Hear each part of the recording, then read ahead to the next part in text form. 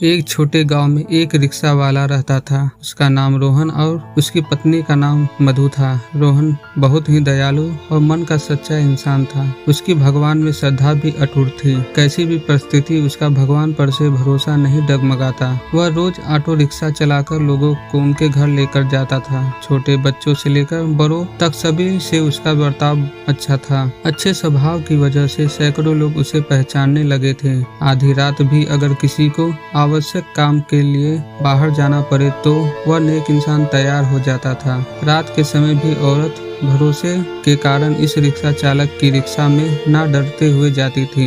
वह एक दयालु मन का इंसान था। सभी गांव वाले उसे बहुत प्यार करते थे। उसे 3 लड़कियां थी, पूजा, रानी और पायल। वह तीनों पढ़ाई कर रही थी। बड़ी लड़की की पढ़ाई पहले से ही पूरी हो चुकी थी। रोहन ने अपनी बड़ी बेटी पूजा की 12वीं तक पढ़ाई करवाई थी। बाकी की 2 लड़कियां पढ़ाई कर रही थी।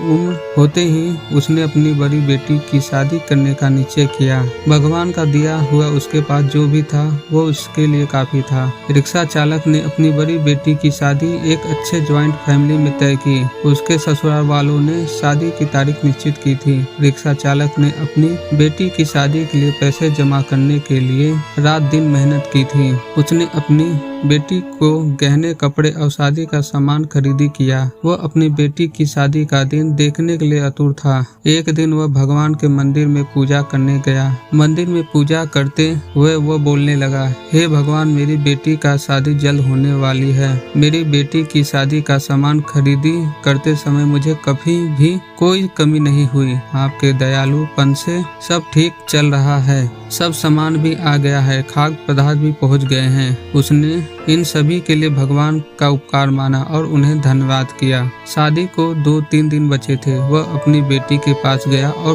बोला, मेरे पास तुम्हें देने के लिए ज्यादा नहीं है, पर मैंने तुम्हारे लिए कुछ गहने लिए हैं। एक अच्छे परिवार में तुम्हारा हाथ सौंप रहा हूँ। लड़का अच्छा काम करता है, वहाँ तुम्हें किसी भी चीज की कमी नहीं होगी। लड़की ये दूसरों की संपत्ति होती है, उन्हें एक न एक दिन ससुराल जाना ही पड़ता है। कभी निराश मत होना बेटा, आज मैं तुम्हें यह पाठ सिखा रहा हूँ। बड़े लोगों की आज्ञा का पालन करना, अपने सास ससुर को अपने माता पिता के समान समझना।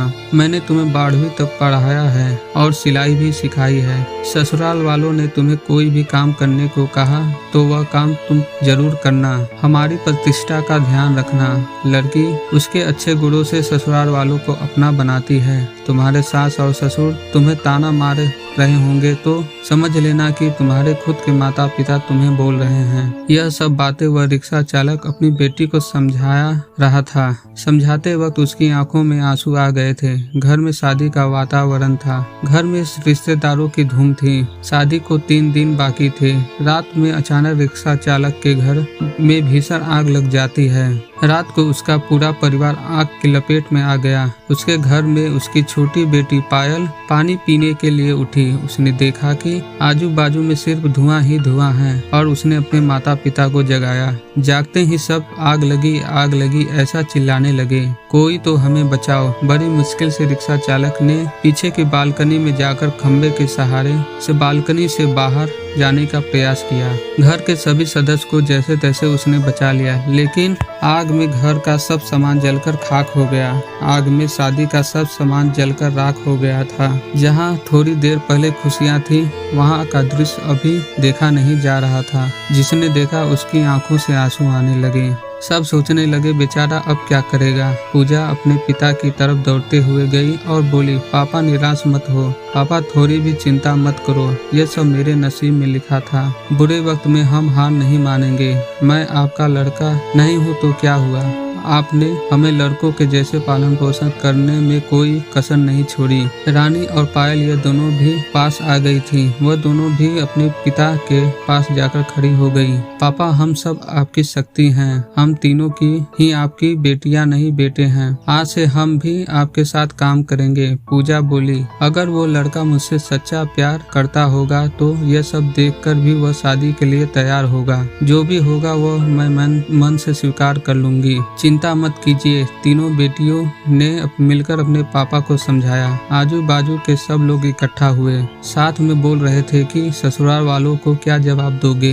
जो आया वह शोक व्यक्त करके चला जाता था। रोहन के घर के पास लोगों की भीड़ जमा हुई थी। सभी बोलने लगे कि आपने अच्छे काम के लिए करके पैसे कमाए थे। रोहन बोला, कदाचित भगवान की यही इच्छा होगी। तभी उसकी पत्नी मधु आई और बोले कि आप बस भगवान का नाम स्मरण करते रहो, आपके भगवान ने आपको बदले में यह सब दिया है। अब इस घर में कभी भी भगवान का नाम नहीं लेना।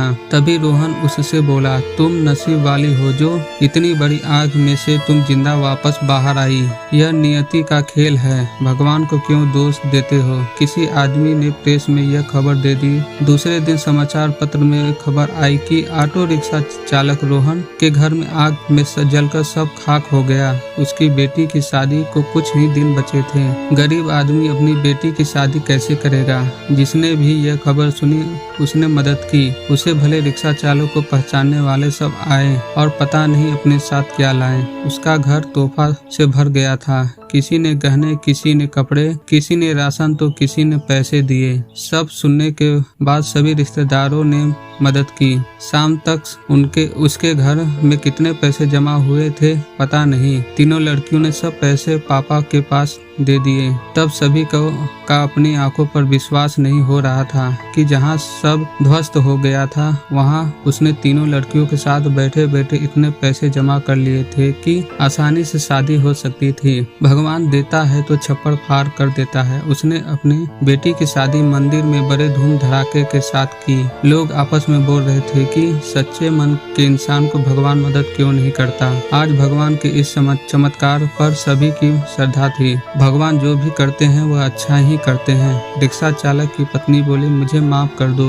गुस्से से भगवान को क्या कुछ नहीं बोल दिया। तीनों लड़कियां हंसते हंसते माँ की तरफ देख रही थी। देर बाद जहाँ सब रो रहे थे वहाँ सब के चेहरे अब पर खुशी दिखी। भगवान सच्चे मनुष्य की सबसे कठिन परीक्षा लेने में भी कोई कसर नहीं छोड़ते हैं। रोहन और उसकी बेटियों ने संकट के समय एक दूसरे का साथ दिया, अपना विश्वास डगमगाने नहीं दिया। सच्चाई और भगवान में विश्वास के साथ अपना कर्म करते रहिए। फल की इच्छा करो या ना करो, सही समय पर सही फल जरूर मिलता है। और जब भगवान हमारी मदद करना चाहते हैं तो ऐसे करते हैं जहाँ तक आपकी बुद्धि सोच भी नहीं सकती।